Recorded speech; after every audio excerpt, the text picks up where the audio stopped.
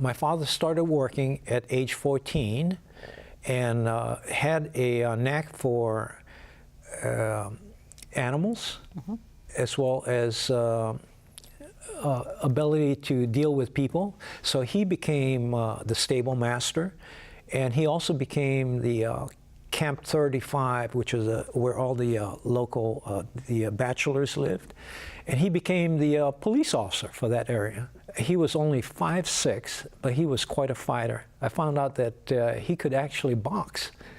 Is that how he kept the bachelors in line? I think that's how he did it. But he was also very talented. He played the guitar, he sang.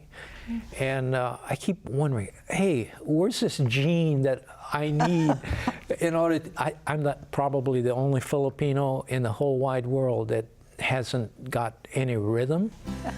Retired Army Colonel Edwin Gayagas may not have had a knack for music, but he did grow up with a strong sense of determination and loyalty. These qualities took him from a small plantation on Kauai to a life of service to his country and his community. Edwin Gayagas, next on Long Story Short. Long Story Short with Leslie Wilcox is Hawaii's first weekly television program produced and broadcast in high definition. Aloha mai kako, I'm Leslie Wilcox. Edwin Jose Gayagas, a retired colonel in the U.S. Army, was born in 1938 on the island of Kauai. His father was a contract laborer for Lihue Plantation, and he lived with his family at Kapaa Stables. For Ed, as he prefers to be known, it was an idyllic place to grow up.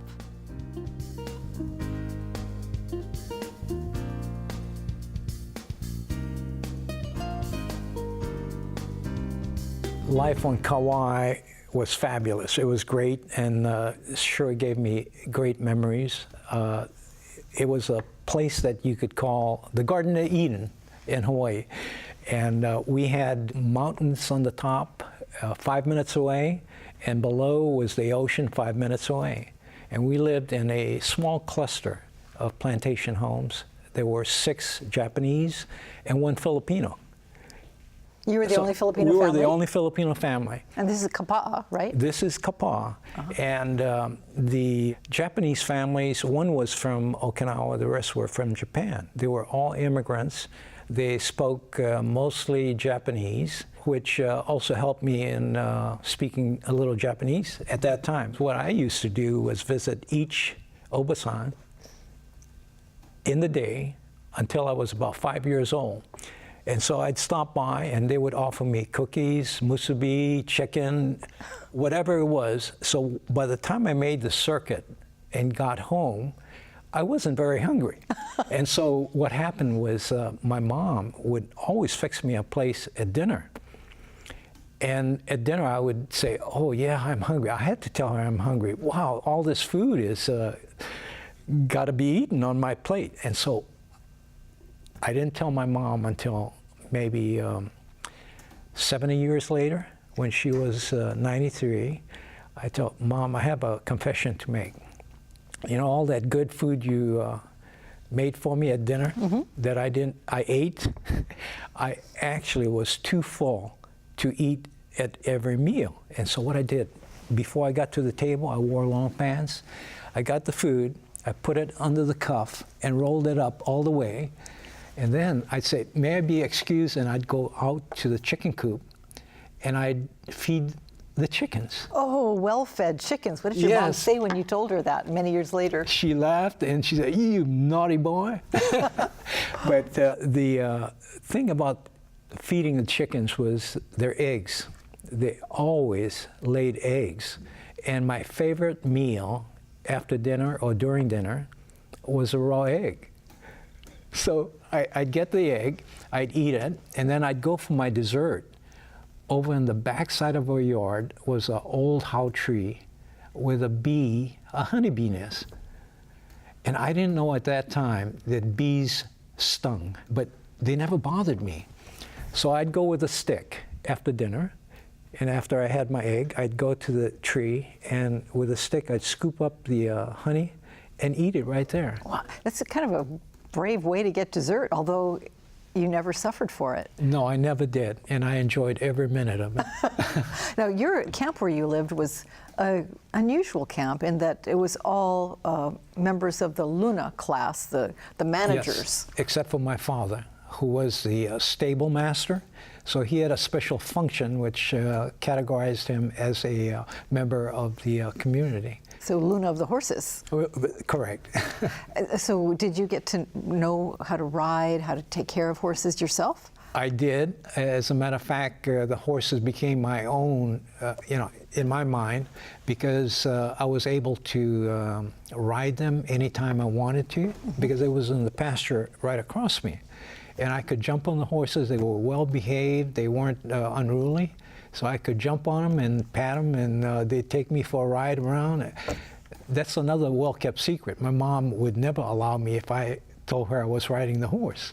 Where did your parents come from? My dad came from the Philippines, immigrated to Hawaii at a young age of 14 years old. What made him do that? Was he escaping something, or just was it the lure of something ahead? I never really talked to my dad, but he, like many other Filipino immigrants, had a dream. And they chased this dream all over, of coming to Hawaii, making a fortune, and then eventually going back to the Philippines. And I think in my father's case, he started a family, and his dreams of returning back to the Philippines was gone, because he had all these beautiful kids, right? My dad was very easygoing. He was the type of guy that would let you do almost anything. He was very resourceful. Was it your father who gave you your middle name? Yes, yes. I was born on the 30th of December, 1938, and my middle name is Jose, named after the nationalist hero of the Philippines. A revolutionary and social reformist. He was a revolutionary, right. And I never knew it at that time that as I grew up, but later I got to appreciate who Jose Rizal was, and also very proud of my middle name, which I wasn't before. Your mom was a local girl? My mom was a local girl, and she grew up in a place called Kapaa and Ili. At the time that she was in Ili, her mom had separated, and my grandfather at that time, who was Toronto, was actually the sole parent taking care of her, but he had to work. And she was very young at that time, maybe 1 or 2 or 3 years old. And so my grandfather actually took my mom to work with him and put her in this little big barrel. And she stayed there all day. Wow. It was amazing, but that's what she did on a daily basis. I didn't find that out until she was 93. She never talked about her childhood. She grew up in daytimes in a barrel while her grandfather worked. Yes, yes. Wow. And she continued doing that until she actually moved. I guess my grandfather at that time went back to the Philippines, so she had to join her mom at that time, who had remarried. And then she became, I guess, the caretaker for her siblings when her mom left again. So, how many siblings? She had a total of 6. 6 siblings. Your mom does sound amazing. Sure. And then when she married your dad, they also had children. Where did the 6 siblings go? Were they all grown up? They lived with us. Is that right? So we had 11 plus my mom and dad. That was quite a treat. And you were the youngest? I was the youngest. I was the preferred one. As America prepared to enter World War II, there were no longer just horses in the pastures at Kapaa Stables. United States Army soldiers moved in, and young Ed Gayagas spent time visiting with them. From this experience, he knew he wanted to be a soldier when he grew up. You know, the soldiers bivouacked in the pasture across us in 1941 and 1942. They were waiting to be staged to some other war location? They were scheduled to be deployed, and knowing my Army information now, the size of the unit was probably close to a battalion, or at least 3 companies sized units. And Leslie, for the first time, I was surprised that the people I saw were ones that I had never seen before. They were white and they were black. I had never seen so many white and black together. And looking at them, I was in awe because I had never seen any of them. They look a lot older. They were probably 19 to 21. And how old were you then? I was 3 years old. And how is it that you came? I think you came to know them. How did that happen? Well, we got to visit quite often. After dinner, usually, I'd mosey on to the pasture. By yourself? By myself. At 3 years old? I was not authorized to go there, but I was also rambunctious. I was also hasty in my decisions, which if I thought about doing something, I did it. Mm-hmm. And so I went into the pasture. I met these soldiers. I enjoyed their company. They were very cordial, very courteous. But you're a toddler at the time? I was a 3-year-old and running around, like nobody's business. Because in those days, there wasn't the kind of helicopter parenting that we often have now. No, and we didn't have a door to lock. The car had no ignition switch to turn with a key. And everything was open for everybody, except that my mom was very protective, and she said, no, you can't go into the pasture.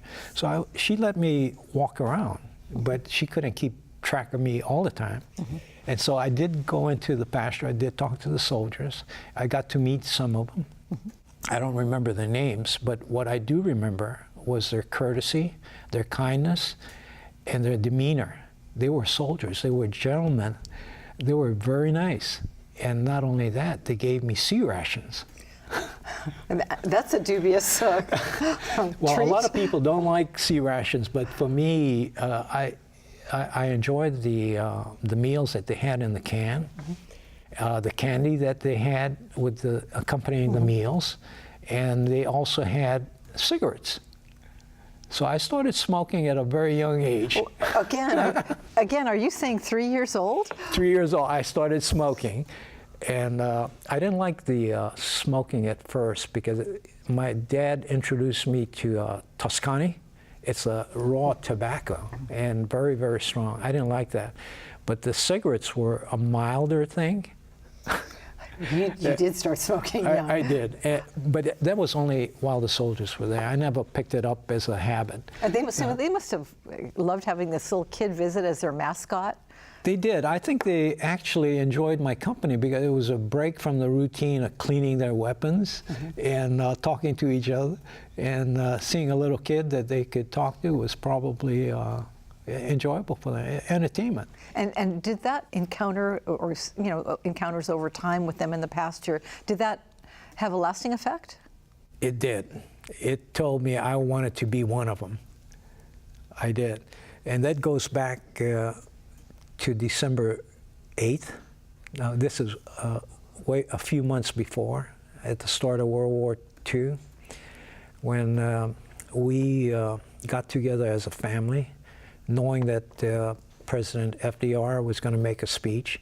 So we gathered around the radio, and FDR made the proclamation of war. And that was followed by his statement that he wanted, no, this war is going to be something that every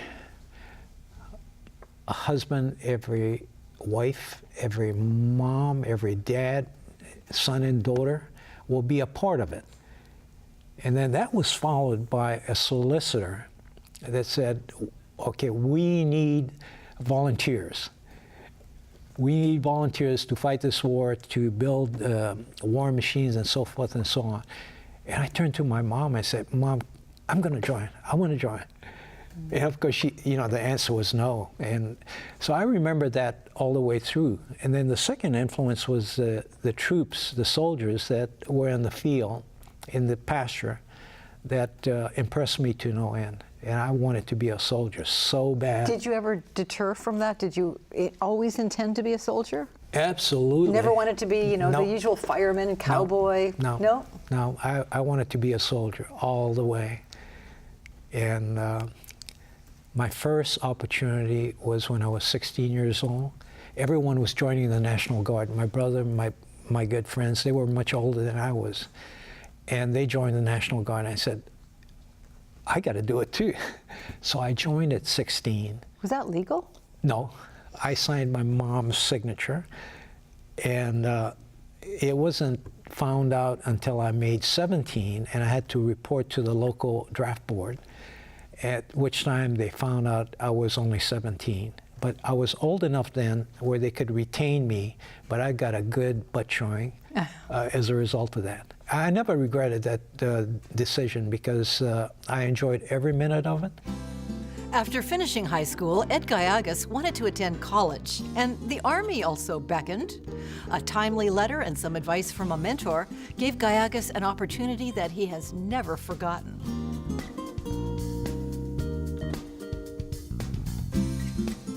You talked about your impulsivity and being kolohe. You got kicked off of your school basketball team. Yes, I was on the championship team. The first time ever that Kapaa High ever won a championship. And we were in Castle High School, and I met a few cheerleaders. And we got in the car, and one of them offered me a cigarette, and I took it. So when we got back to Kapaa, the team assembled on the basketball court, and I was called forward. I said, "Oh, no sweat." Coach wanted to talk to me, and the first question he asked me was, "Did you smoke?" I said, "Yeah, I did."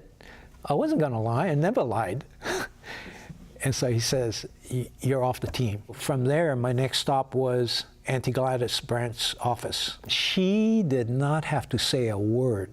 All she had to do was look at you, and you would straighten up, and you would say, "Oh, I'm in trouble," which I was. And she did talk to me, and I think her manner of dealing with youngsters like me was not to give me criticism. I think she knew me better than I knew myself. Mm-hmm. She didn't give me criticism or scold me at that time. You know what she did? She gave me encouragement, which kind of stimulated me. So after I walked out of her office, I said, I'm not going to take this laying down. So I joined the senior league basketball, and I learned a lot. I learned a lot from them. And as a result of that amount of time that I spent with the senior league, I learned the techniques of shooting a ball a lot better, dribbling, and dunking. When I graduated from high school, I was hoping that I could get into the University of Hawaii. I knew I wanted to do West Point because of MacArthur and being the hero for the Filipinos, and I said, I want to be just like him. But my dreams were shot down right away by the counseling, saying, you don't have enough math background, you don't have the language skill, so don't even try.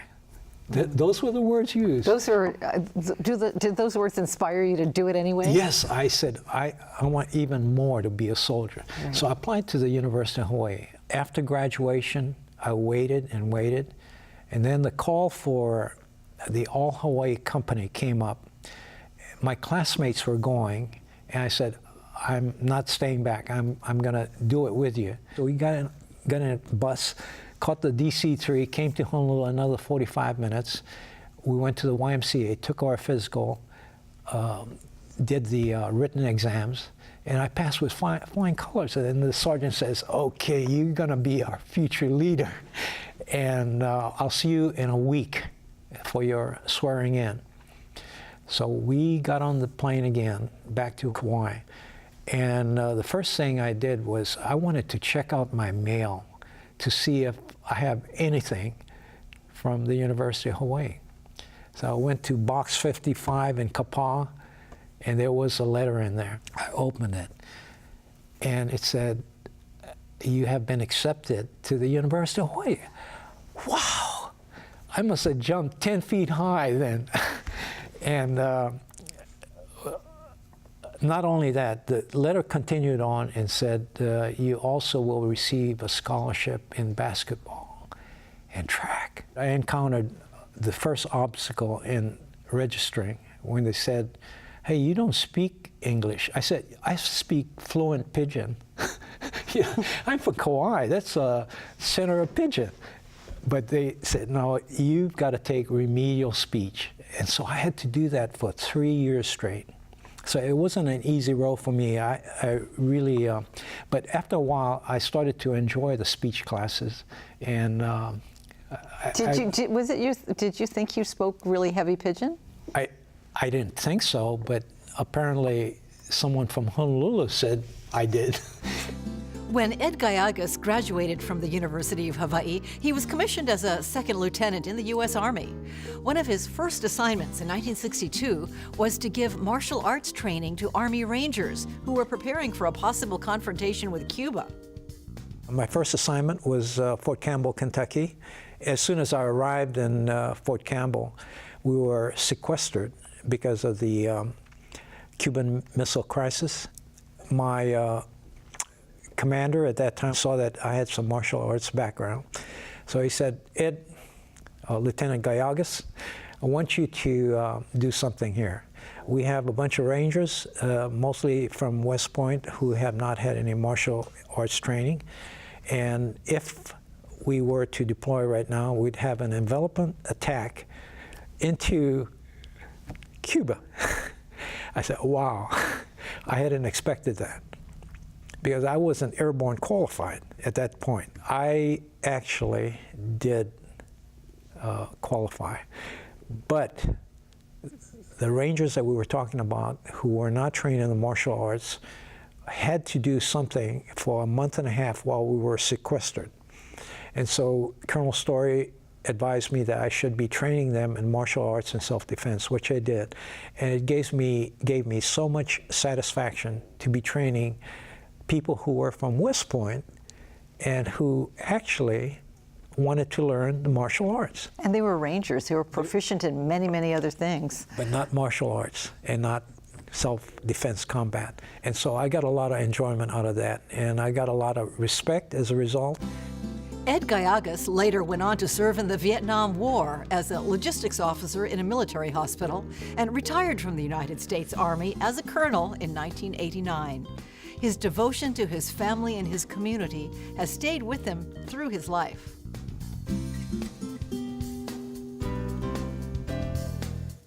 So I became a general contractor right after I retired, and found out, hey, I don't need the money, and my wife's going on vacations by herself. So I said, I'll become a consultant then. Mm-hmm. That was just as bad. So I stopped doing it, and then I became a full-time volunteer for the University of Hawaii, the Alumni Association, the athletics department for basketball and track. But this is also very time-consuming, right? It was, if it's full-time. It was all a lot of fun. And so the third thing I did was to volunteer for ROTC. We had the organization put together, and I became the president. And after that, I couldn't find anybody else to replace me, and I've been doing it for 15 years. You're a very competitive guy. Even when you had a bad virus, you ran the marathon. Yes. And you made it all the way through instead of, everyone would have understood that, gracefully bowing out. But instead, you were throwing up throughout the race. Well, I had my daughter with me, and she had trained me for 9 months. There was no way I was going to stop anywhere and say, no, I quit. Besides, that's against my warrior ethos. And did you run the next year? No, that was my first and last, but I will continue to run the Aloha Run and support the great program that Carol Kai has, supporting over 200 charities. When you look back at your life, you started off in Kapaa, and you've now traveled the world and have had a lot of influence in your life. What do you think when you think of how far you've come?